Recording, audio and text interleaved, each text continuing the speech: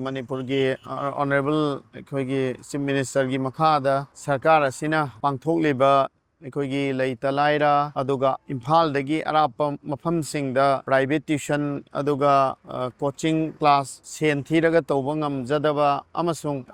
Gamengi School da Tamjaba Adumba Satra Singi Kudong Chana Nava MOPC Department gi Makhada Mobes Nasilaga Pangthokliba same Leirik Heiminnasi Programe Haiba free coaching class asit Ekogi Thataruk Chupna Pangthokpani Masi Ekogi Handaki Chahigi Oina 2024 asigi July gi tang amadagi hauba haunaraga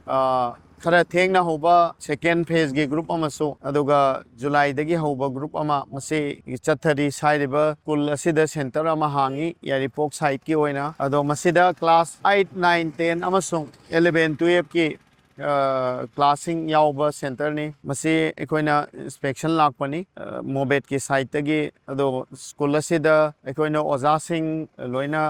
takpirami aduga satra singso matik chaba haibadi masing adum fazana capacity do lebi aduga satra singdagi comment lobada yamna fazana masina kanaba phangi amasung moida yamna fazana oza singna takpi tambi oza sing matik chabagi amasung leifam thokpa ekoigi facility mayam ama coaching se gi guidelines ki matungina hairba mayam si loina ekoina mafam sida uba phangi haibidi infrastructure mayam do ado ekoina Manipur gi ching amasung tampaki mafam mayam amada haibidi 29 center ekoigi pre matric hairaga class 8 9 10 da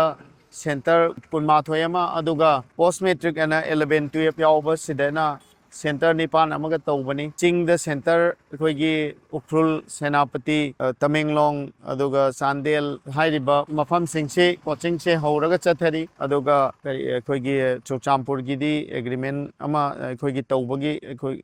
watpagi Chochampur gi di hodri selection tawbadani yawi hairiba chathariba sakane amna interest leina aduga honorable chief minister masamakna ekoina inspection chatpa atei tawriba mayam sigi phajana chief minister gi secretary soibiriba MOBC gi commissioner sir Sri N. Joffrey Masamang Aduga Ekoigi member secretary Aduga director MOBC oiriba Sir N. G. Bogen Mokoina Yamkana monitor Tauraga Tauzabani IC School Sigi Chairman Hariba School Sida Center Oiduna Aukiba Agaski Tang Manga Dagi Sat Tarakliba Tha Taruki Oiba remedial coaching class Siem the Leirik Heiminnasi Haiba Programe Makhada Mobe implement Oba Adugumba Tha Taruki coaching asi Yamna Kanaba Makhangi Programe CM gi Leirik Heiminnasi Haiba Programe Makhada Mobe na Sinbirakpa Tha Taruki remedial coaching class asi Aingonda ai opinion dadi Yamna Isada Kanai aina khalli